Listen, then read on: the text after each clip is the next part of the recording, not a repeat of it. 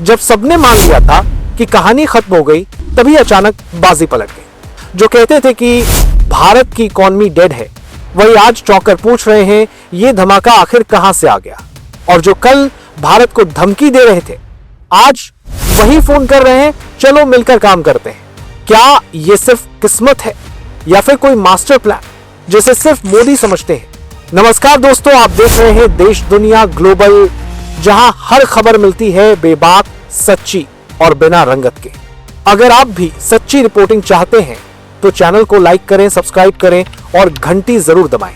देखिए, प्रधानमंत्री नरेंद्र मोदी की सबसे बड़ी ताकत यह है कि जब भी कोई चुनौती आती है वो भागते नहीं, सीधा टकराते हैं। ऑपरेशन सिंदूर के बाद पूरा विपक्ष, राहुल गांधी से लेकर पश्चिमी मीडिया तक, सब एक सुर में बोले भारत की इकोनॉमी अब नहीं बचेगी। लेकिन जो मोदी को जानते हैं, वो समझते हैं, वो चुप रहते हैं, मगर जवाब काम से देते हैं। और इस बार भी वही हुआ। दिवाली से पहले आई वो खबर जिसने हर भारतीय के चेहरे पर मुस्कान ला दी। भारत ने रचा इतिहास, 6 लाख करोड़ का रिकॉर्ड कारोबार। मालूम है इसका मतलब क्या है? इतना बड़ा लेन देन जो कई देशों की पूरी जीडीपी के बराबर है। जीएसटी में राहत, स्वदेशी खरीदारी में 87% की वृद्धि और एमएसएमई सेक्टर में 42 लाख नई नौकरियां। ये सिर्फ नंबर नहीं है, ये उस विश्वास का नतीजा है जो मोदी सरकार ने अपने मेक इन इंडिया मिशन में जगाया है। अब जरा बाहर की दुनिया देखिए। वो ट्रंप जो कल तक टैरिफ की धमकी दे रहे थे, आज मोदी को कॉल करके कह रहे हैं India is leading the world economy. White house में इस बार दिए जले हैं भारत की जीत के लिए। आईएमएफ और वर्ल्ड बैंक की रिपोर्ट भी यही कह रही है। India alone is driving global growth. वो भारत जिसे कभी इमर्जिंग नेशन कहा जाता था, अब ग्लोबल पावर बन चुका है।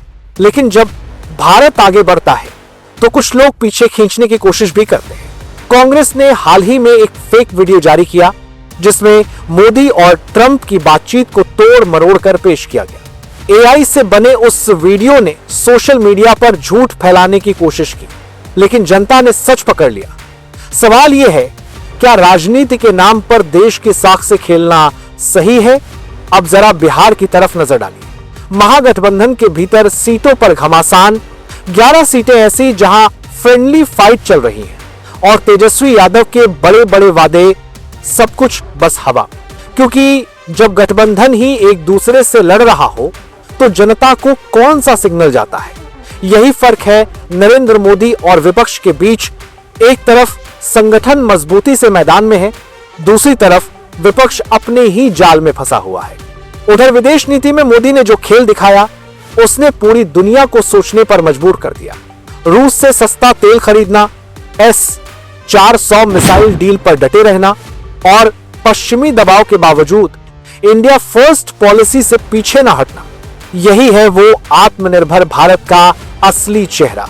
आईएमएफ कह रहा है India is not just a part of the world economy, it's the driver of it. इसी बीच मथुरा में गोवर्धन पूजा के दृश्य बता रहे हैं कि भारत की संस्कृति अब भी जीवित है, मजबूत है और गर्व से सिर ऊंचा करके खड़ी है। वहीं पेरिस में 900 करोड़ के गहनों की चोरी दुनिया की सुरक्षा एजेंसियों को झकझोर रही है। भारत आज जहां अपनी अर्थव्यवस्था और सुरक्षा दोनों में मजबूत हो रहा है, वहीं पश्चिमी देश अब अपनी सुरक्षा पर सवाल उठा रहे हैं।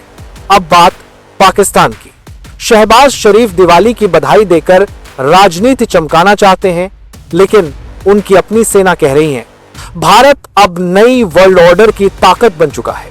कभी जो भारत को नीचा दिखाने में लगा था, आज वही मानने पर मजबूर है कि भारत के बिना कोई ग्लोबल रणनीति पूरी नहीं होती। दोस्तों, जब दुनिया और विपक्ष दोनों कह रहे थे भारत हार गया, तब मोदी सरकार जमीन पर चुपचाप काम कर रही थी।